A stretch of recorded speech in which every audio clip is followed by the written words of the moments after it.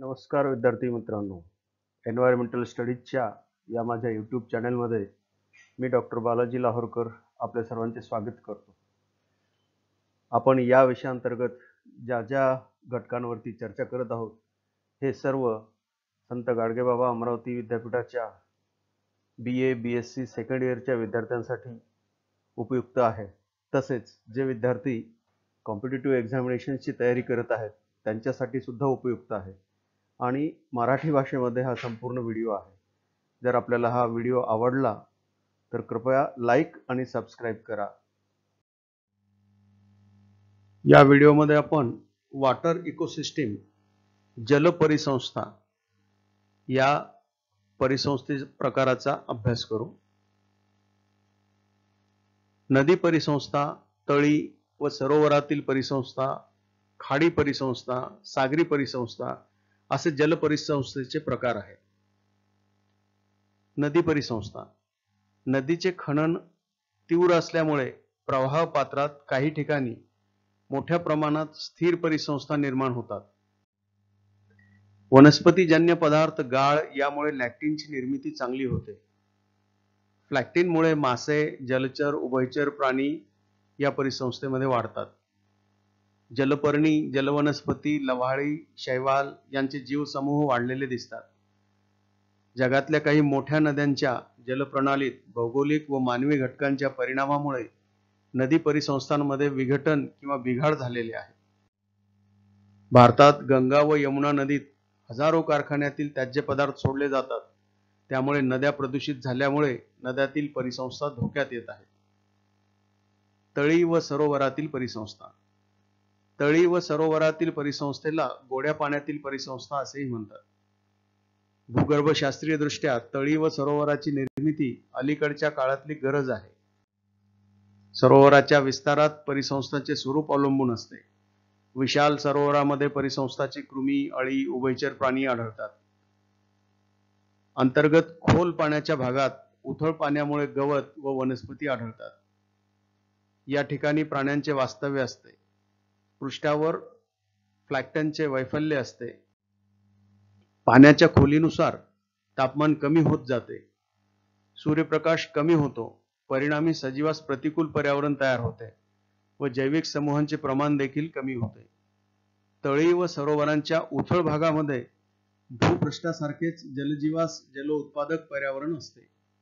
या ठिकाणी भरपूर प्रमाणात सूर्यप्रकाश, म्हणून योग्य तापमान, पर्याप्त प्राणवायूचा पुरवठा, खाद्यपदार्थांचे प्राचुर्य व भूपृष्ठाची नजीकता यामुळे खोल पाण्यापेक्षा उथळ भागातच जीवजातींना पोषक पर्यावरण असते व येथेच ही परिसंस्था बहरत जाते.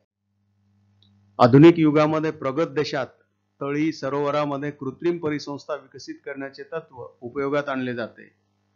स्वित्झर्लंड, कॅनडा, जपान, कोरिया या देशामध्ये बेडूक, मासे, खेकडे हे या परिसंस्थेमध्ये वाढवले जातात.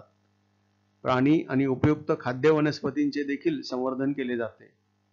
अविकसित देशात संचयनाने जलसाठे भरू लागतात व उत्पादित वनस्पती जलमग्न वनस्पतींची जागा घेतात.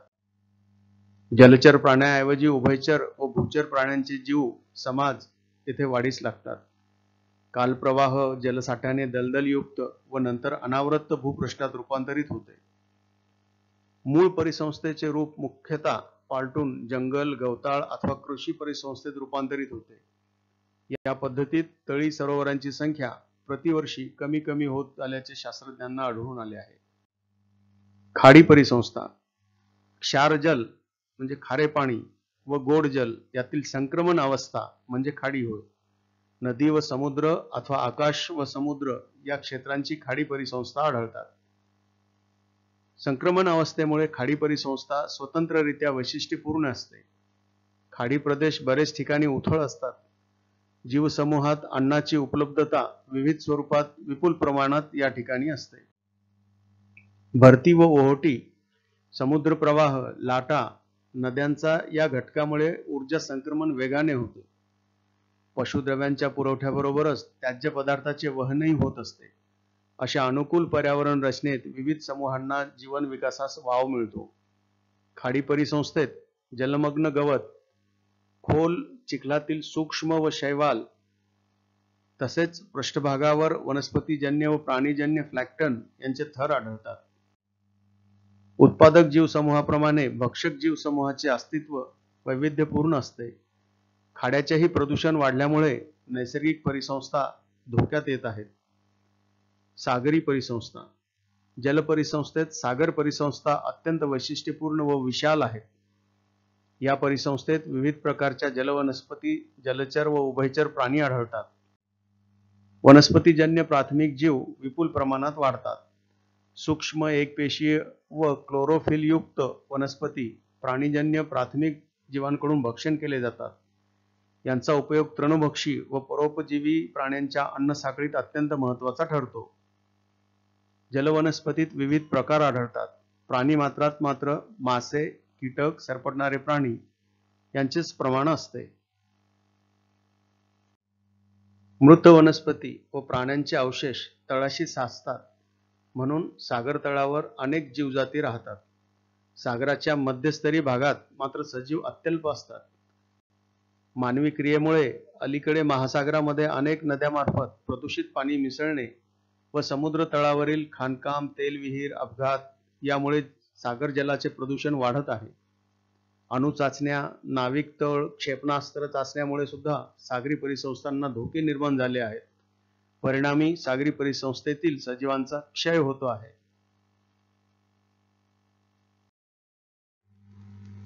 अशा प्रकारे आज आपण पर्यावरणशास्त्रातील एका महत्त्वाच्या घटकाचा अभ्यास केला. मित्रांनो, तुम्हाला हा व्हिडिओ आवडला असेल तर कृपा करून लाईक आणि सबस्क्राईबचे बटन क्लिक करायला विसरू नका. धन्यवाद.